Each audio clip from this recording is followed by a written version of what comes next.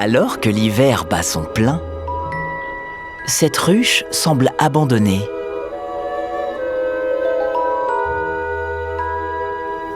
Mais au plus profond de ses entrailles, se trouve un monde que peu de personnes connaissent. Une famille d'abeilles mellifères qui tentent de se tenir chaud.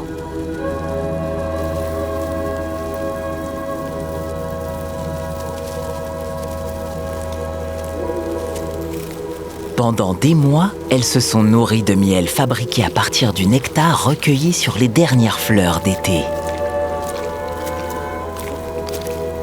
Une production qui a coûté la vie à des milliers d'entre elles. Dans quelques semaines seulement, elles devront se remettre au travail.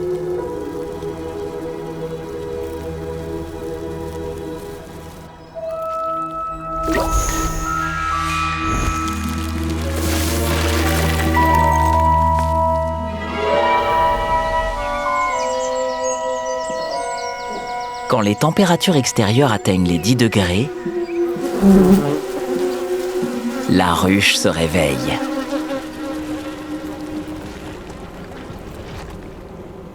Il semblerait que la toute première abeille de l'année soit prête à sortir.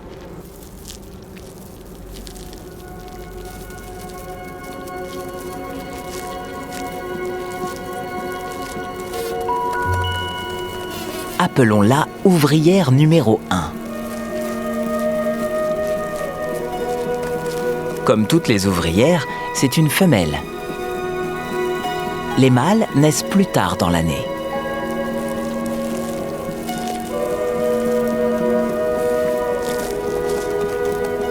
Ce qui fait d'elle une abeille et la différencie des millions d'autres insectes volants, ce sont ces milliers de minuscules plumes poilues qui recouvrent son corps.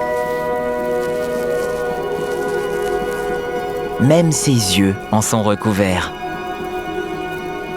C'est grâce à elle qu'elle pourra récolter du pollen.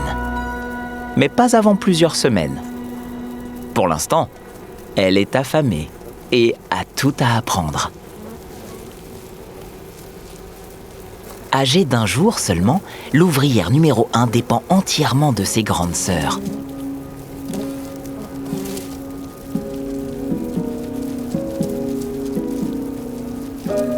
Ce n'est pas un simple liquide qu'elle aspire. C'est une véritable source de protéines remplie de phéromones. Un mode d'emploi chimique qui lui permettra de penser et d'agir comme ses congénères. Elle sait à présent comment se comporter et quel rôle elle doit jouer dans cette extraordinaire colonie.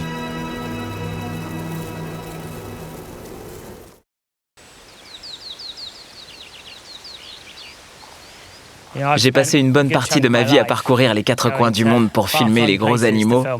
Et pour être honnête, les abeilles ne m'intéressaient pas vraiment. Mais je me trompais. Malgré leur petite taille, il se pourrait que ce soit les animaux les plus importants de la planète. Un tiers de la nourriture que nous mangeons a été pollinisé par une abeille. Et la vie qui grouille à l'intérieur d'une ruche est bien plus conséquente que dans toute la savane africaine. Salut les amis! Alors tout va bien? Voyons voir. Oh, vous avez l'air détendu. Je vais pouvoir retirer mon chapeau. Oh, je me sens mieux. Regardez celle-ci. Elle vient de naître.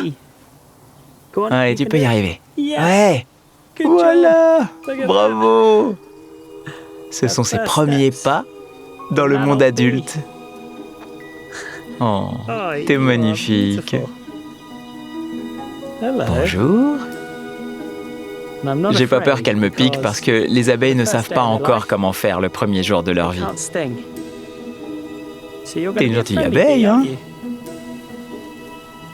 C'est super de voir ce bébé abeille. Ça veut dire que la colonie se développe. Ces abeilles ont du pain sur la planche. Cette famille doit élever 60 000 nouvelles abeilles et collecter le nectar de millions de fleurs dans le but de produire les 18 kilos de miel nécessaires pour survivre à l'hiver. À bientôt et bon courage! Et le temps leur est compté.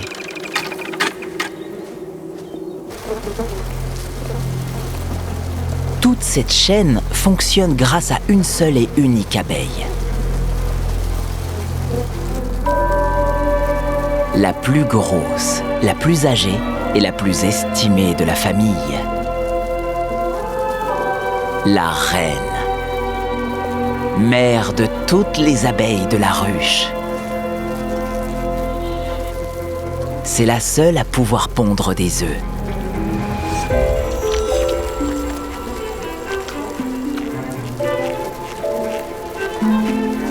Elle fixe l'un de ses œufs au fond d'une alvéole.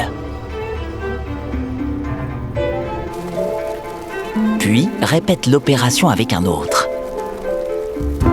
Elle pond, fixe l'œuf, passe au suivant, puis recommence. Et ça, 2000 fois par jour. Elle pourrait passer l'intégralité de sa vie à ne rien faire d'autre que pondre des œufs. Pas le temps de se reposer, ni de materner ou d'élever sa progéniture. Ce rôle incombe à notre ouvrière numéro 1 et à ses sœurs.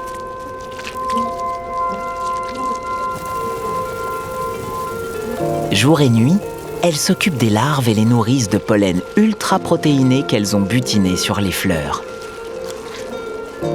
En une semaine seulement, les larves multiplient leur taille par 1000.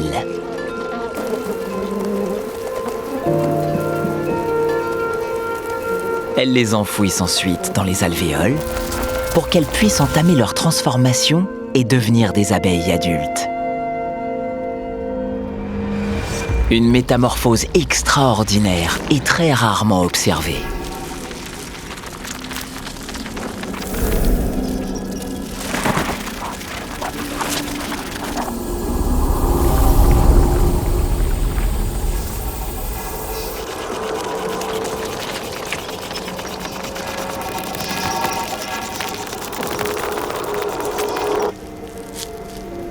Quand cette nouvelle génération émergera, elle s'occupera à son tour des dernières larves nées.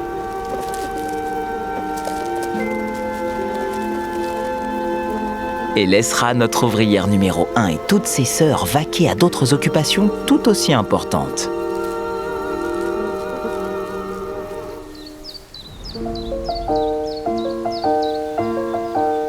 Même si le travail collectif est au cœur de la société des abeilles, la plupart d'entre elles ne peuvent compter que sur elles-mêmes. Elles font souvent cavalier seules, comme cette abeille maçonne bicolore. C'est une petite abeille qui possède des talents uniques. Elle cherche un endroit où pondre ses tout premiers œufs.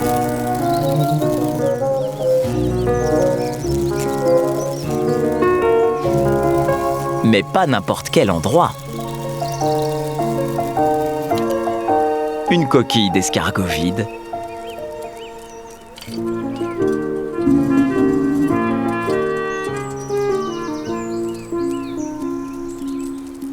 Celle-ci est trop petite.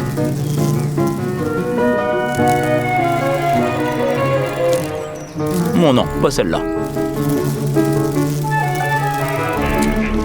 Ah bah non, encore moins celle-ci.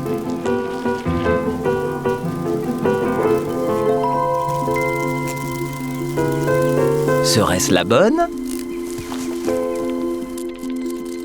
Oh, c'est parfait. Elle s'en va à présent récolter du pollen pour nourrir sa descendance.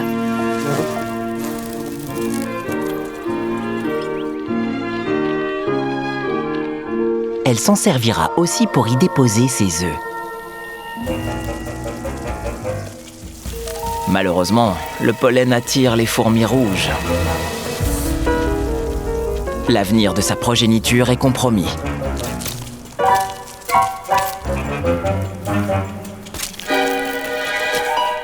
Pour cette fois, les grandes mâchoires l'emportent sur les petites.